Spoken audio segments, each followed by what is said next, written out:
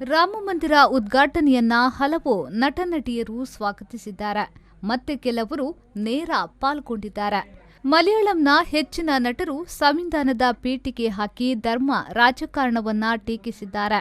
ಆ ಸಾಲಿನ ಕನ್ನಡ ನಟಿ ಶ್ರುತಿ ಹರಿಹರನ್ ಅವರು ಸಂವಿಧಾನದ ಪೀಠಿಕೆಯನ್ನ ಪೋಸ್ಟ್ ಮಾಡಿ ಧರ್ಮವನ್ನ ರಾಜಕೀಯಕ್ಕೆ ಬಳಸಿಕೊಳ್ಳುವುದನ್ನು ನೋಡುತ್ತಾ ಸುಮ್ಮನೆ ಕುಳಿತುಕೊಳ್ಳಲಾಗದು ಎಂದು ಬರೆದಿದ್ದಾರೆ.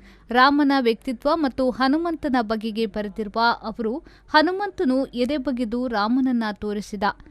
ನಿಮ್ಮ ಹೃದಯದೊಳಗಡೆ ರಾಮನನ್ನ ಕಂಡುಕೊಳ್ಳಿ ಎನ್ನುವುದನ್ನು ಇದು ಸೂಚಿಸುತ್ತಿರಬೇಕು ಎಂದು ಸಹ ಶ್ರುತಿ ಹರಿಹರನ್ ಪೋಸ್ಟ್ ಮಾಡಿದ್ದಾರೆ.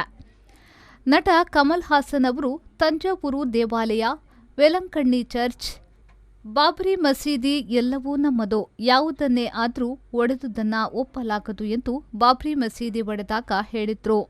ಬಾಬ್ರಿ ಮಸೀದಿ ಪ್ರಕರಣದ ಆರೋಪಿಗಳು ಕೋರ್ಟ್ನಲ್ಲಿ ಬಿಡುಗಡೆಯಾದಾಗ ಪ್ರಾಸಿಕ್ಯೂಷನ್ ಸರಿಯಾಗಿ ಸಾಕ್ಷ್ಯ ವಾದ ಮಂಡಿಸಿಲ್ಲ. ರಾಮ ಮಂದಿರದ ಬಗೆಗೆ ಕೇಳಿದ ಪತ್ರಕರ್ತರ ಪ್ರಶ್ನೆಗೆ ಕಮಲ್ ಹಾಸನ್ರು ಅಂದು ಹೇಳಿದ್ದೇ ಇಂದು ನನ್ನ ಉತ್ತರ ಎಂದು ಹೇಳಿದ್ದಾರೆ.